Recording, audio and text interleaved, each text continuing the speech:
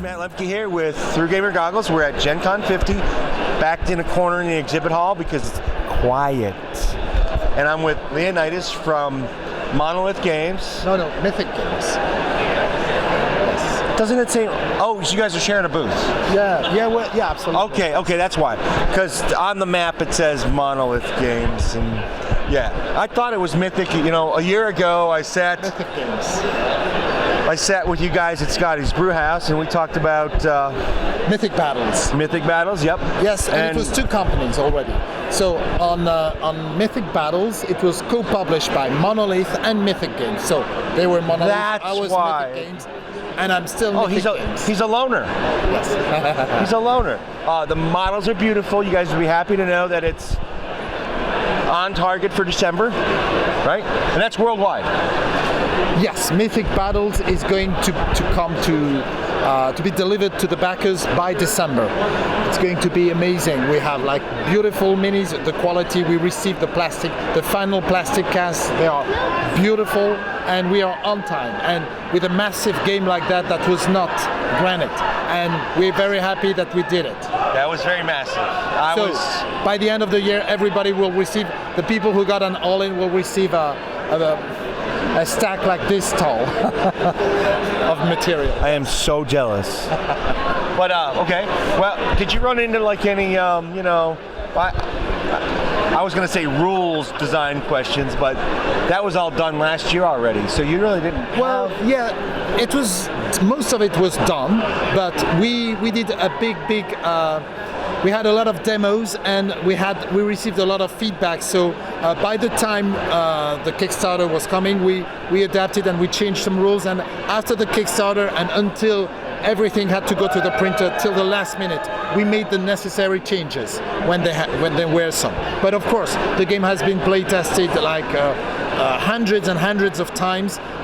We had, I think, over 1,500 play testers. So yes, the game is really, really, really clear, and hopefully people will enjoy it. I liked it last year. Can't say much more than that. I haven't played it since. But the next big news is Joan of Arc. Well, okay, Time of Legends, Joan of Arc. That's all. So I'm guessing that with Time of Legends, there's going to be other things on the horizon. That's absolutely. Yes, that's true. Joan of Arc's only one legend, you know. Yes. Well, Time of Legends is the era we want this to happen, and the first game we launch is Joan of Arc. If it's successful, that means we might produce some other games in the same universe and same era, same scale, because it's a 15 mil scale game, but with the most beautiful 15 mil miniatures you've ever seen. Well, that's what people say, and that's hope. That's what people will. They have the best dragon. He's not 15 mil. Of all the miniature games. I haven't seen a dragon like this since Rackham's old pewter dragon. And now I aged myself, but that dragon was like, what is it? It's got close to a 30-inch wingspan right now. Your dragon has a 30-inch wingspan, and it's only $60. I know. In the Kickstarter. Yes.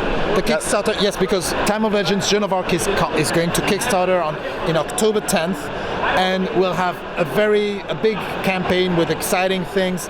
We'll have the same team that did Mythic Battles, so I'll be doing some lives. Instead of the voice of Olympus, you'll have the voice in her head. Of course, it's Joan of Arc. And we plan to release many new expansions and to have many surprises during this campaign. And so the dragon is the first surprise that we revealed at Gen Con, but there will be many others. So the dragon will come as an expansion. Yes, we are aiming at a $60 price, right? Box. And he's not the only big creature that we'll have. We'll have many others. And so the demo is 2 players. Yes. How many players can the game be played with? The game can play between 2 to 4 players, depending on the scenario. You have actually 2 different modes to play the game. You have the scenario mode. Actually, it's a very scenario-based game, right? The scenario will give you the victory conditions, and you will live a story. It really does tell a story, right? Every scenario tells a story, and it's never the same, because you have so many choices you can make in this game, so many different actions, that the strategy you choose for one game will make it evolve in a specific way. If you play it again and you make some different choices, it will be completely different, and it's not just a little different, completely different. So this is the first mode. The second mode is more of a battle mode. So you build your army. You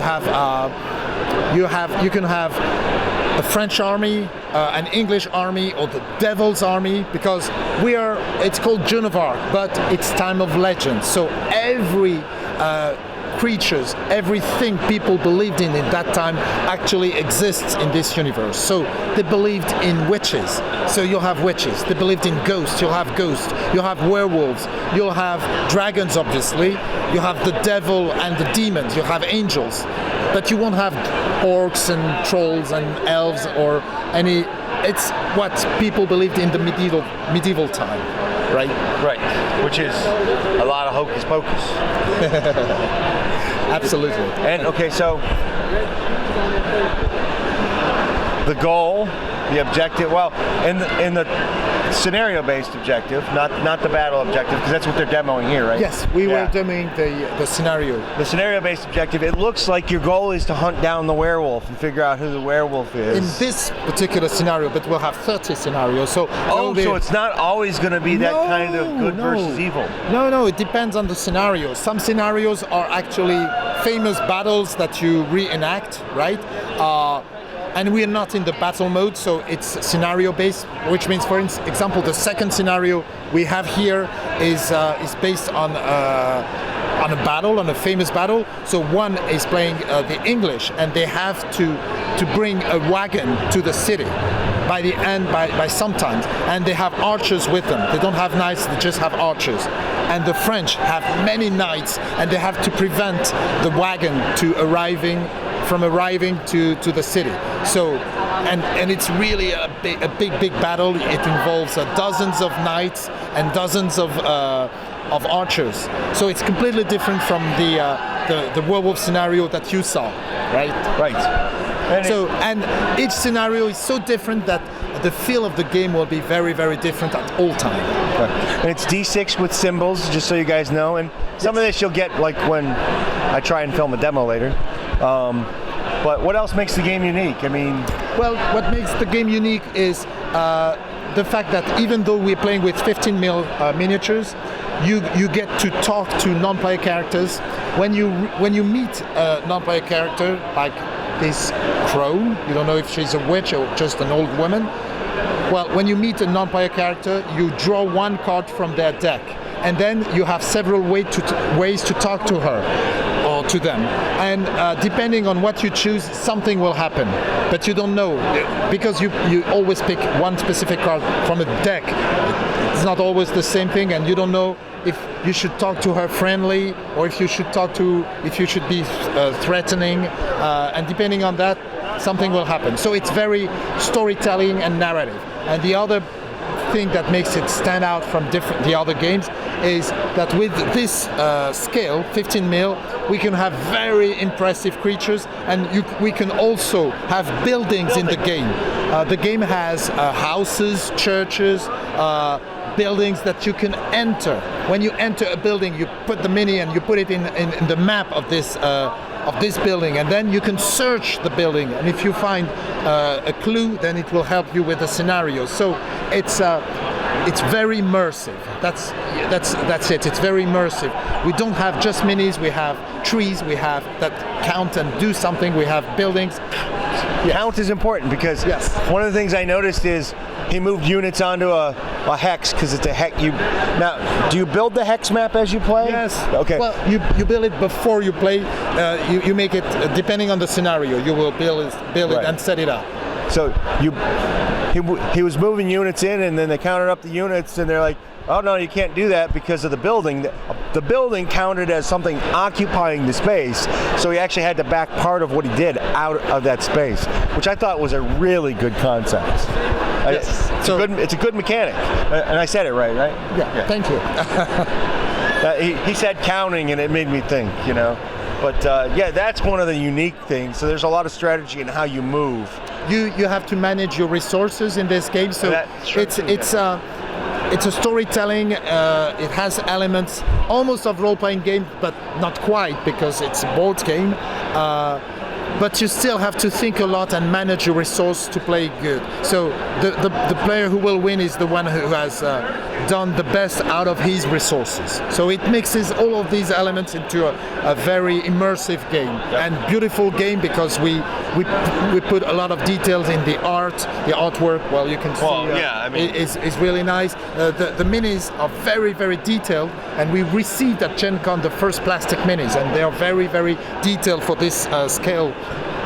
And then you have the big monsters, and so yes, it's going to be just like what we did. We put a lot of details on Mythic battles, and we are going just to give as much, if not more, with this game. We had huge miniatures, or huge models, can't call them miniatures, for Mythic battles. Now we are going even further with the huge dragons and many other creatures that will be in the campaign, the Kickstarter campaign in October 10th.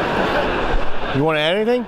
No, I think we're good. I look forward to all of you on Kickstarter. You know, I will be doing live. I will answer your questions, and so will the voice in her head.